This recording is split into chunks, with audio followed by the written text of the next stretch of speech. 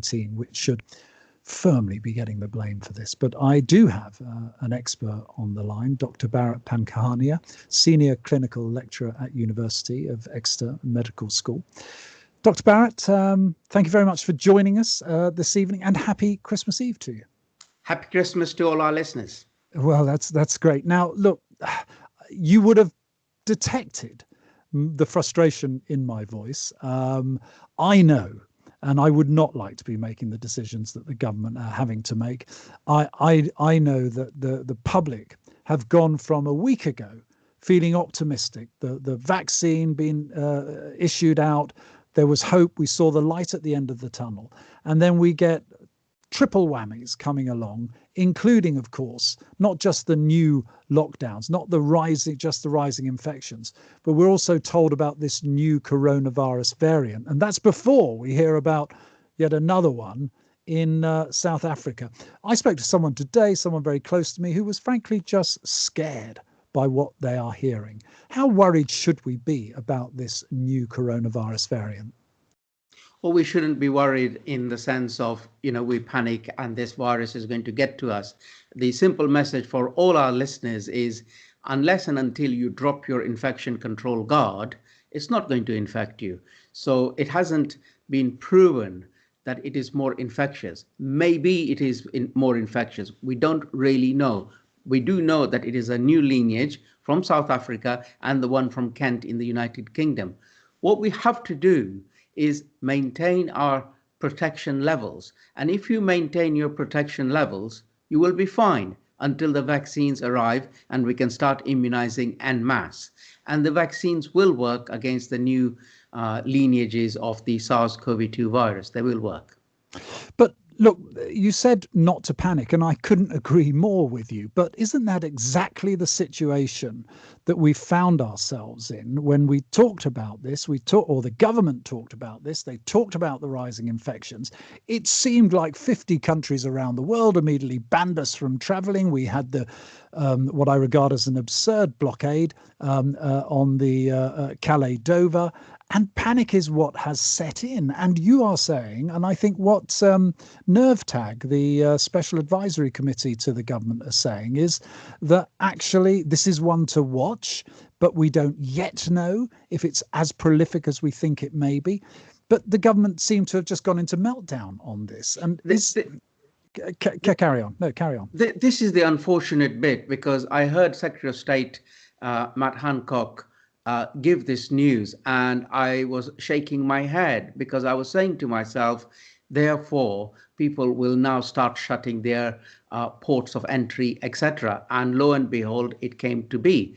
I feel there are ways and means of passing on these messages, and the message has been translated as, we have got plague UK.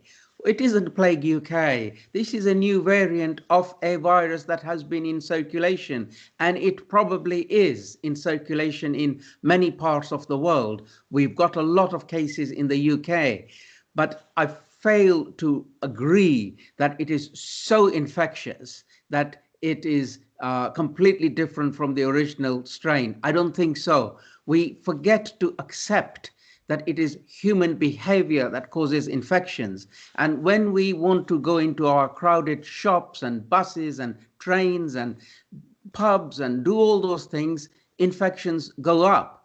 And you need to ask yourself, how did I get infected? Rather than say, it must be the new strain of the virus that's got me infected. That's not true. So in that sense, it's as much about personal responsibility, which many politicians are worried about talking about, and they are getting a slating from certain parts of the media for doing so, the media for doing so. But on my way here today, I drove through Brixton, and it was buzzing. I mean, it really, really was buzzing. And at the same time, I'm hearing that London, I think, today has the highest level of infections. How do you make people take personal responsibility? Because this is where I'm with the government. In a way, they have said this. They've introduced the guidelines. They've introduced the restrictions. But they're clearly not been, shall we say, obeyed by enough people. Is that the reality of what we're facing now, or is it more nuanced than that? No, and I I have said this before on other media, which is I don't think people trust our political messengers, and they are politicians, but they're not experts in the subject. And it would be much better to get the subject matter expert to stand on the podium and explain what it means to have the infection, the seriousness of the hospitals being full, the seriousness of a long term infection and consequences in some people, etc. And I think if that message was delivered by the subject matter expert without downplaying the urgencies, which is hospitals are full, which the politicians obviously find difficult to say, then we would find better purchase of the health message. Tell me, in the need to get the message over, I get what you're saying about not trusting politicians, and I think the government actually had the benefit of the goodwill and trust of the British people for a long time. I think it's taken a little bit of a knock. I must agree with that. I think there's generally, though, whilst people are knocking them, no one wants to be in their position of having to make the decisions that they are actually making. But isn't part of the problem that we've got a prime minister who doesn't really like locking people down? I think instinctively he's against it. And it seems that he leaves it until the last possible moment, not, I think, as some people suggest, because he's ignorant or trying to defy the scientists specifically. I think it's because his instincts are to try and keep their liberties for as long as possible. And I wonder if we're in danger of sleepwalking in a way to a problem with schools, because if I understand it right, lots of people are saying there is now evidence that it's been spread amongst secondary school children in particular. If that is the case, should we now be saying reluctantly, well, the schools should not meet until we've got this under control? They shouldn't open up again in January. Yes, we have a schools problem. And unfortunately, because of the leadership that we have always been behind the curve rather than ahead of the curve. But can I just ask you on that point, Doctor? Sorry to interrupt you there. I think the distinction I was trying to make was that what you're describing as being behind the curve, I'm trying to describe, I think that is driven not by an unwillingness or a slow, well, not driven by a ineptitude. It's driven by a belief that he will leave it until the last possible moment to protect the economy, protect people's jobs, protect their freedoms. And in a way, I sympathize with that. But are you saying he really has to abandon any sense of that and just follow the medical and scientific evidence blindly? He has to, but especially as he's not the subject matter expert.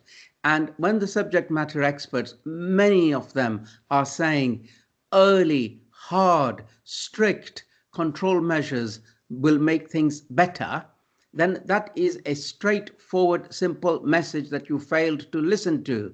So when you then sort of in your liberal view say, well, I really don't want to have people wearing masks, I don't really want a lockdown, I really don't want to shut down again, and then when you're forced to it, you are behind the curve rather than being ahead of the curve. And as scientists and experts, we want the Prime Minister to be ahead of the curve, if you will, listen to what the empirical advice is. Early, fast, prompt actions save the economy, save lives, and make the situation much better. But do they? And yes, they do. Well, you see, we don't know yet, do we? Well, look at Singapore, look at Vietnam, look at all the Far Eastern countries. They did much better than us. Well, now the grounds for doing better than us there. If you look very much at their earlier experiences, they had been through this before with SARS, so I accept that they were better prepared to do that. But given we have to deal with the circumstances that we have got here and the evidence that after what was a substantive lockdown in March, April and May, it all came back again afterwards. If we continue down the road we're going, even though I kind of begin to think, oh, God, let's just get it over with. The fact of the matter is we are losing businesses after business, jobs after jobs. There are going to be much more unemployment issues around this, mental health issues, long-term COVID. I suspect even eminent doctors like yourself don't really fully understand what may be as yet coming down on us. The trade-off, as my previous guest, Graham Stringer, the MP, was saying, is a vast unknown, but could be a bigger cost imposed by the cure we're trying to put now on dealing with COVID. There's grounds to believe he's talking sense there, isn't there? Well, unfortunately, nothing has worked because of the way we went about it. And so as not to take up a lot of airtime, I would say, what would I do now? Well, contact tracing cannot work with large number of cases. Testing will not work with, again, a large number of cases. What would I do? I would say I would want restricted movements of people until I can get mass immunization going. And why do I want restricted movement? Because I do not want my people of my United Kingdom, dying at home because I have now got no more healthcare services for them. That would be a disaster. So I don't want people to die in their hundreds and thousands. And the only way I can stop that is to say restrictions, and I'm going to get that vaccine program greased, lightning greased, and do it as fast as possible. And there are models. We mustn't just have a category of elderly, followed by vulnerable, followed by nursing home, etc., etc. There are other models which indicate, and Tony Blair, former Prime Minister, was indicating one of the options, which is you have a mass immunization of a economically mobile people so that you lower the level of infection in the community and then go back and immunize them again with the second dose. So what I'm asking for is think brave, think outside of the box, get the best clever people to work out these options rather than just say, we know what to do and we're always going to do what we've always done. Dr. Bharat Pankhania, Senior Clinical Lecturer at University of Exeter Medical School. Thank you very much for joining us for our little robust discussion on that. And I think, thank you so much for coming on. I really appreciate it. And I'm so sorry we had to have a different time because of goddamn Brexit. But have a wonderful Christmas break, and I hope that you get some rest because you deserve it. Thank you. Thank you all. Thank you. Bye-bye. Take Happy care. Christmas. Bye-bye. And you. Thank you. What are you doing for Christmas?